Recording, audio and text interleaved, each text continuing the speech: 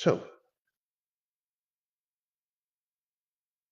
when we look at that, that was your false god. So that's what he's talking about, nor regard any god. So it's the god of the false religions, is what he's making reference to. For he shall exalt himself.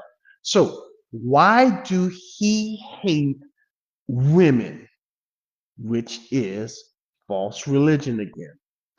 Why do he hate false religion? He hates false religion because of this right here. He will exalt himself above them all. Them all? Yeah, the them all is this any God, including the God of gods. You see what's going on? So you understand now why he hates false religion? Because false religion leads to a false God, not the Antichrist. It don't lead to him. It leads to a false God. And because it leads to a false God, he exalts himself above them all. And now he's saying you can't worship even the false gods. I'm the only one you should be worshiping, and I'm the only one that I'm going to allow you to worship. And if you don't, according to the book of Revelation in chapter 13, you're going to die above them all. But in their place, he shall honor a God of fortresses. Fortresses, yes, military strength, his own military abilities, and a God which his fathers did not know, he shall honor with gold and silver, with precious stones and pleasant things. Now, I explained to you the fathers. These were the righteous people, not the wicked line. His fathers didn't know that. Noah didn't know the devil. Adam, even though he fell, friends, he was born again and don't know. Enoch, none of those people know. So the godly line, not like as if there was somebody born in the godly line, I'm saying the born again godly line, don't know his fathers. You and I can say that. We don't know the God of fortresses. Why? Because the Lord is our strength, not some military. Folks ain't in the military in the world that can protect you from God. There's nothing in this world that can protect you from God. And he is your biggest problem because he alone can kill your body and cast you into hell after that. So, with precious stones and pleasant things, thus he shall act against the strongest fortresses.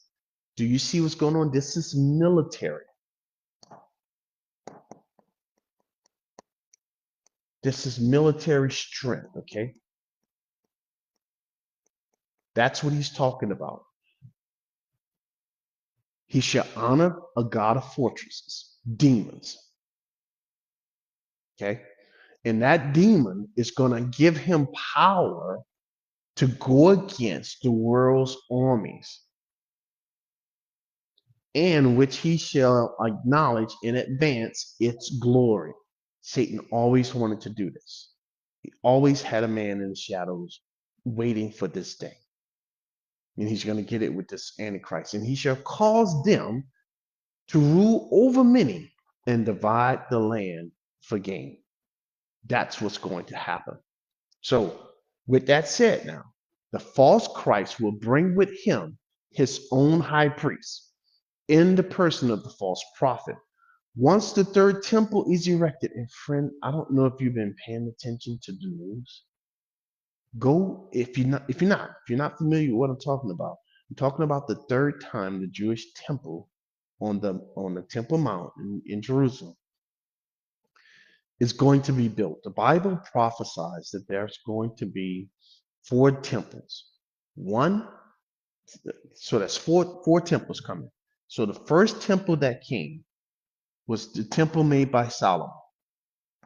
It was David who actually prepared and bought all the stuff, and Solomon just built it. Right. The second temple was built by Zerubbabel.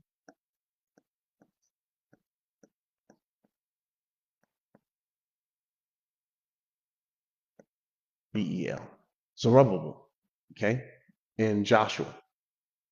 The third temple, and this is when Haggai was the prophet back in those days, prophesying. And remember, Haggai had to chastise the people, say, hey, look, you guys have went back into the land. God has brought you back into the land.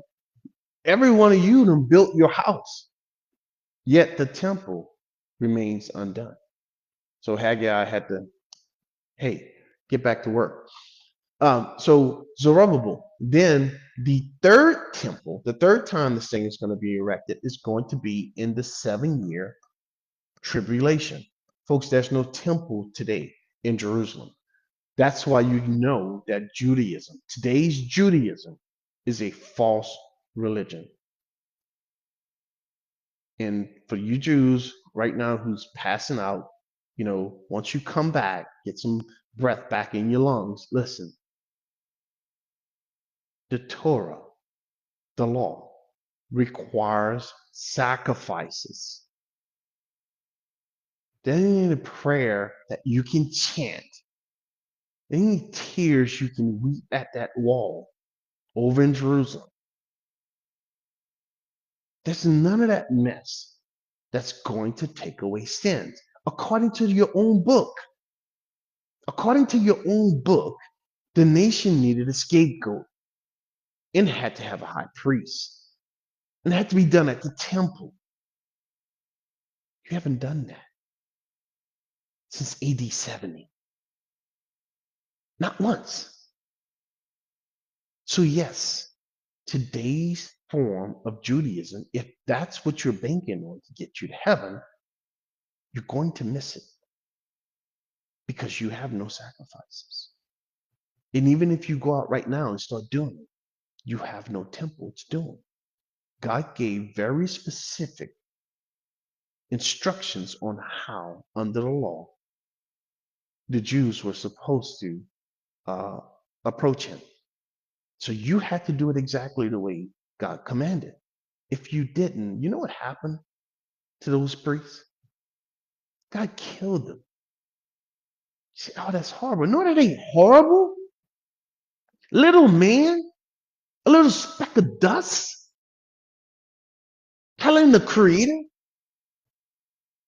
the one who holds our breath in his hands, our very existence, who hold all creation, little bitty man, telling God, no, I'm going to do it my way. Really? Come on, folks. No, it doesn't work that way. All right. So, during the 7-year tribulation, just say trib, the temple is going to be built. So, here's where the next temple is coming. And folks, they are putting up signs all over Israel now about a temple being built. They got a red heifer. And for those of you who don't know what that red heifer is, you need to go back and read the book of Leviticus and Deuteronomy. It was key for them to have the red heifer for cleansing initially, and then when they went from place to place, when they did not erect the tent of meetings or the altar, the bronze altar, and all those things, when they didn't erect it, they needed that for cleansing. So go back and read the book on the red heifer. Well, guess what? They're doing trial runs with red heifers. They have several of them that the priests have inspected and found that there's no blemishing. They named the high priest. They're marching up and down and they're not getting the resistance like they used to get. Folks, listen, this is happening. This is happening. And then there's a fourth temple coming in the future during the millennium.